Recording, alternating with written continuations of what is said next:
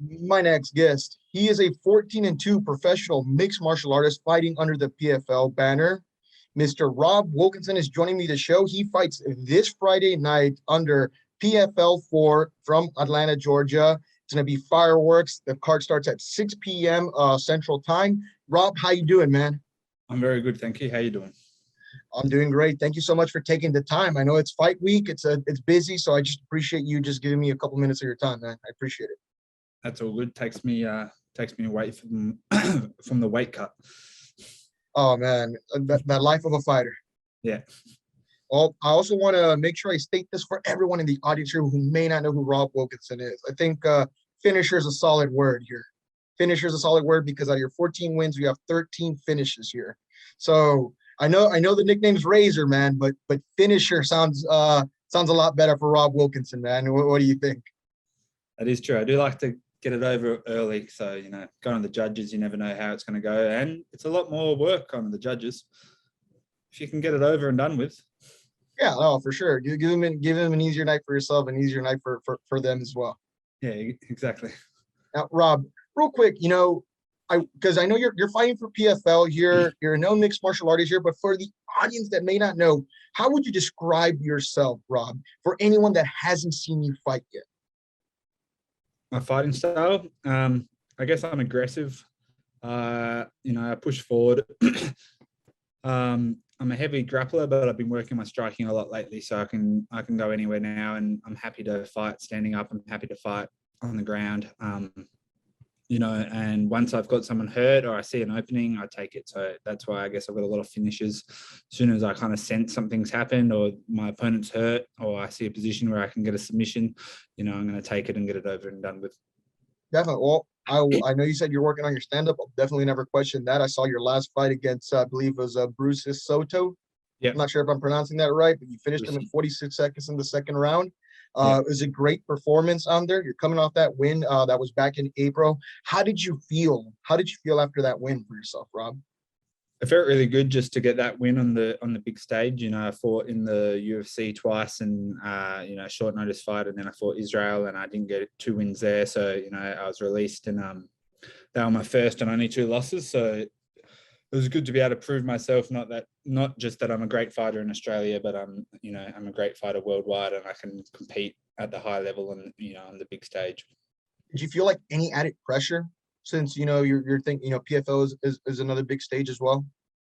There was a bit of pressure for that one. Also just because I hadn't fought MMA maybe for over a year.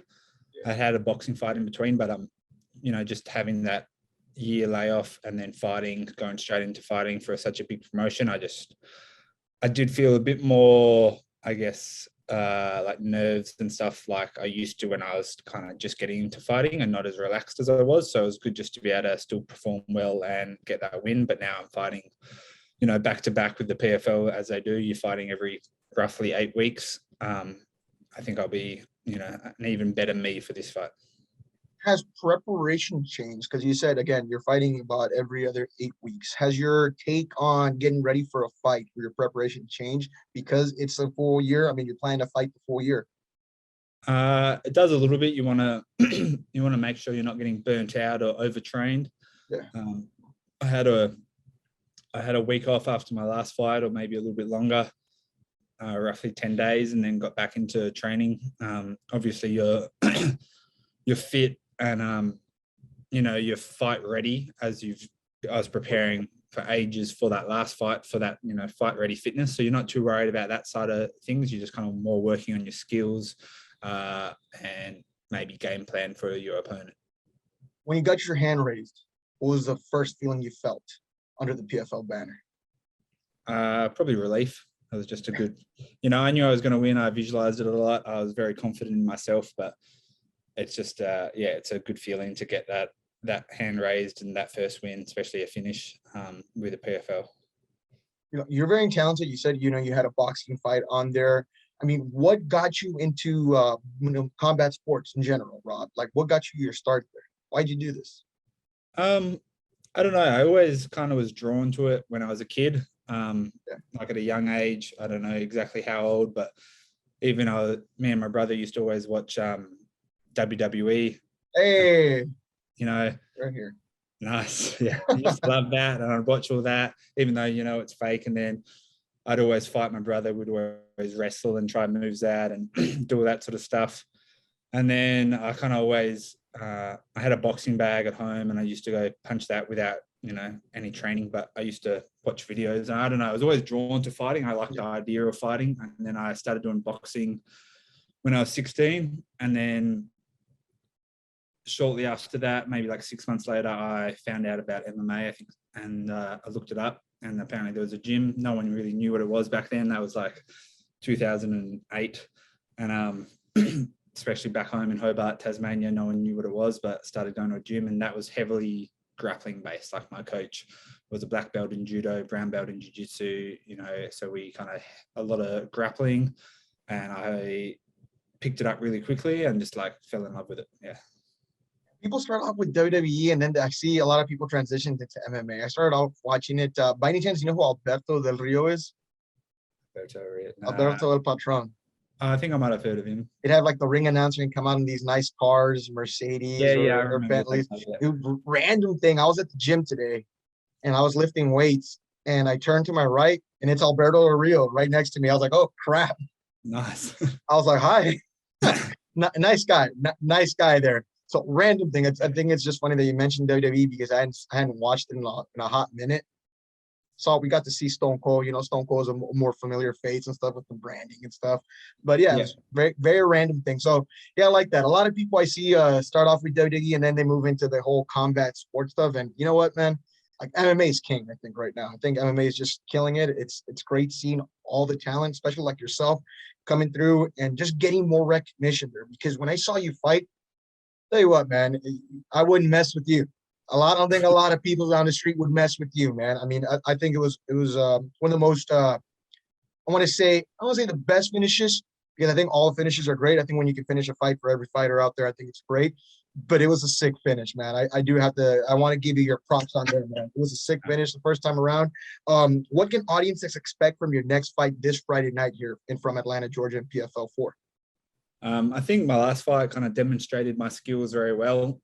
That's kind of what I like to do. I like to put people in the cage. I like to beat them up in the cage with knees, take them down, ground and pound, but also my striking. And I really want to kind of showcase that a little bit more in this fight, showcase how good my striking is, and that I'm not just a grappler anymore. So I'm looking to be sharp in the feet and looking to get an early finish again. Well, you finished off the last fight in the second round. You currently have 5 points. You are third in the standings right now, Rob. With a finish, at least in the second round, you will be into the playoffs. What would it mean for you, for Rob Wilkinson, to become the world champion and get that $1 million cash prize to you, Rob? That's my goal since I kind of started when I was 17. So I'm 30 now, so it's just. It'd be obviously a goal from 13 years that I've been kind of working towards to finally get that recognition and get that belt. That would mean a lot. That's like, my main goal that I set myself. So it's so achievable. It's so close, 3 fights away and I'm a world champion. So that's exactly what I'm expecting of myself. And that's my goal to set out. And, I'm not going to be happy with just, making the playoffs or just winning one fight or anything like that. I'm going for that belt. Now, all respect to your opponent, you're not looking past him. But I mean, is there a fight that does interest you for the PFL banner? I'm sure you're going to get this question a lot, probably Friday night. Yeah. But is there a particular fight that you would like in the playoffs? Particular opponent, or does it just not really matter to you at all? It doesn't matter too much. I would like to fight Antonio Jr. Yeah, of course. Champ. I like that matchup for me as well. I like fighting jiu-jitsu guys. And him being the former champ, obviously it would mean a lot to beat him, whether that's in the playoffs or the final, it doesn't bother me, but I would like to get that opportunity to fight him. I think that would be a great scrap. My last question is, Rob, people in general, like life, we work towards something, and sometimes we fall short and sometimes we succeed. It's normal, right? I always say, failure is not failure. Failure is the first attempt in learning. For you, what did you take or what lesson did you learn professionally for your career going into the UFC and it just kind of like not going the way you have wanted to? Did you learn something? Did it change you as a fighter? 100%. How did you come back? That was obviously like a huge kind of like part of my life where my goal for so many years was to fight in the UFC, and everything kind of went so perfectly to get to that stage. I was undefeated. Every fight I had, I'd do really well. I won. Most of them I finished, and then I finally got to the UFC, and it was over so quick. Like, it was over like in 6 or 9 months kind of thing, and it was devastating. You don't make any money trying to get to the UFC. You're fighting all these times. I've spent my life doing it, like my adult life doing it, and you're not making anything. You're kind of sacrificing so much. You're sacrificing time with family, friends. You're sacrificing your money. Dieting. Yeah, fighting your body. I've had a lot of injuries. Your broken bones, broken face, and then it was just over like that. So it was definitely really heartbreaking, and it made me I kind of lost my passion for fighting even when I was in the UFC. It was kind of weird scenario for me. I had moved cities. I wasn't particularly happy. I was going through a lot of mental health stuff. And I kind of just took some time off after that to reconsider, do I want to commit myself to fighting again, or fighting for the lower leagues where you're not getting paid anything, you're risking everything again just to try and get back to that level where, I could actually make a living off it, can make some money, be able to afford a house, and, not have to work a second job, like a job whilst you're training all the time. And that time off was really good. I was still training a little bit. I was training once a day just because I love training. And it made me appreciate it. It made me fall in love with the sport again. And I moved back home to Hobart, and I was just really enjoying myself. I tried not to put so much pressure on myself. I tried to make sure I was still having fun outside of fighting. And that's when I started taking a couple of kickboxing fights just to kind of get back into it and improve my striking. And I just fell in love with it. And I definitely learned so much. That's one key for me, is trying to be happy whilst I'm fighting, which I definitely am at the moment. I do this because I love fighting. I do the training because I love it. So taking that pressure off me and doing it because you love it, not because you have to do it, it makes everything a lot more enjoyable. Any advice you give to somebody, whether it's an athlete or just somebody that maybe had felt the same way, like the way you did at that point? Any advice? I guess definitely you got to remember why you're doing whatever you're doing. I don't see point in people going through their lives and doing something they don't want to do for the majority of their life, like whether it's work, whatever. Obviously we have to do some stuff we don't want to do, but like in the end of the day, you want to be happy. You want to enjoy your life. So sometimes always taking a step back, slowing things down can kind of help you realize what you kind of going after or what you do want to do. So, that was super helpful for me, and, it makes me appreciate life so much and appreciate where I am at now. Like, I feel like I'm a way better fighter than when I was in the UFC, and now I get to kind of show that on the world stage again. Oh, I agree with you. Someone once told me that always make sure you're doing things for the right reasons. Because if you're just doing things for like money or fame, when the road gets tough, man, those aren't going to be the things that could keep you going, Yeah, 100%. And I think a lot of people, even overtrain, you put a lot of pressure on yourself. But they only do that because they got into the sport because they love it and they want to have that goal of fighting the UFC or being a world champion. But if you're not enjoying what you're doing, why are you doing it again? So sometimes I was doing this like training potentially too much, maybe doing like 3 sessions a day, and you kind of like don't want to do them. You're tired, you're overtrained, but you're kind of doing them because you think you have to. But you can get a lot more out of doing a little bit less, but really making sure you're there for the right reason and you're present in that training session. Definitely. Rob, for anyone again that may not know who you are, may have never seen you fight, this Friday night, what can they expect from Rob Wilkinson? They can expect a finish. They can expect an exciting fight. I'm always pushing forward. I'm always taking the fight to my opponent, and I'm expecting another knockout. Anything you want to let the audience know before we sign out?